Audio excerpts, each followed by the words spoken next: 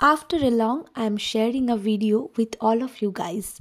So good morning everyone. সকালবেলা চা বানাচ্ছিলাম আর সকালে চলে এসেছিল পাপানকে জিজ্ঞেস করলাম ও চা খাবে কিনা, বললো হ্যাঁ কাকিমণি খাবো। সেই জন্য ওর জন্যও বানালাম চা, আর আমার জন্য শায়নের জন্য তো বানাচ্ছিলামই ওকে। তারপর পাপান একটু ভাইয়ের সাথে খেললো, আর বাবি কিন্তু দাদাভাইকে পেয়ে ভীষণ খুশি হয়। আর এই যে পাপান চা খেয়ে কেমন হয়েছে সেটাও রিভিউ দিচ্ছিল, দেখেছো তো। আর এদিকে আমার বর করছিল কাজ। দেন আমি বাবির সাথে একটু টাইম কাটালাম, দেন ওকে স্নান টান করিয়ে ঘুম পাড়িয়ে দিয়েছিলাম। এদিকে আমি চলে এসেছি ব্যাগপত্র গোছগাছ করতে, কারণ আজকে আমরা এক জায়গায় যাব সবাই মিলে, সেজন্য আসতে রাত হবে বলে বাবির খাবার দাবার জামা কাপড় সমস্ত কিছু প্যাক করে নিলাম। আমি বসে পড়লাম তারপর নেল পলিশ পরতে, কারণ হাতে সবসময় নেল পলিশ পরা আমার পক্ষে পসিবল হয় না। তো জুডিও থেকে এই নেল পলিশটা নিয়েছিলাম, সেটটা ভীষণ সুন্দর। আজ আমি ওপরে বসেই লাঞ্চটা করলাম, ওদিকে বাবি ঘুমোচ্ছিল, ততক্ষণে আমি খাওয়া দাওয়াটা কমপ্লিট করলাম। লাঞ্চ করে বাবিকে রেডি করিয়ে আমিও রেডি হয়ে গেছি। আর টোটো কাকুকে আগে থেকেই ফোন করে দিয়েছিলাম, সেজন্য কাকু চলে এসেছিলো। আমরা সকলে মিলে বেরিয়ে পড়লাম স্টেশনে যাওয়ার জন্য। বাবি না কোথাও যাওয়ার কথা শুনলে ভীষণ আনন্দ পায়, তখন আর ড্রেস পরাতে একদম প্রবলেম করে না, তখন চুপচাপ ড্রেস পরে নেয়। তো যাই হোক, আমরা স্টেশনে এসে ওয়েট করছিলাম। তারপর কিছুক্ষণের মধ্যেই চলে এসেছিলো ট্রেন, আর বাবির পাপা আর ভাই উঠেছিল জেনারেল কম্পার্টমেন্টে, আর আমি আর মা উঠেছিলাম বাবিকে নিয়ে লেডিস কম্পার্টমেন্টে।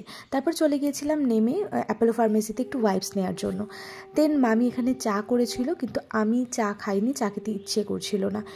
এই যে আমার পুচকু ননদ দেখতেই পাচ্ছ। আর আমরা চলে এসেছি ব্যারাকপুরে। আজকে আছে একটা পুচকু বেবি গার্লের অন্নপ্রাশন।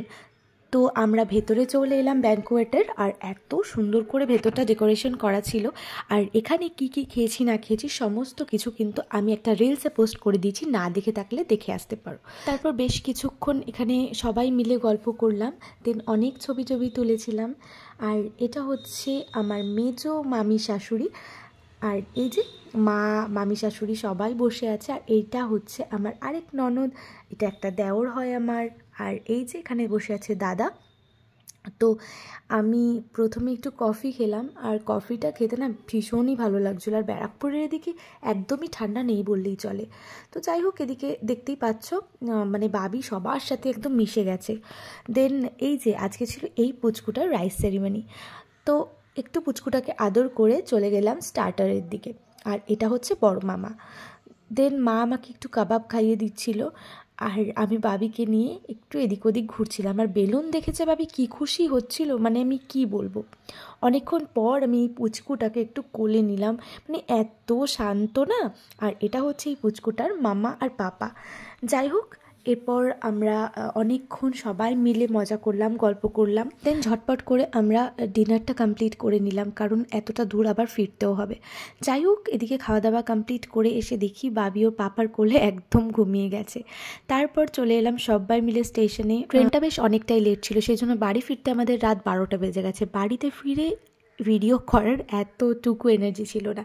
চলো দেখা হচ্ছে নেক্সট ব্লগে। টিল দেন ভালো থেকো, সুস্থ থেকো।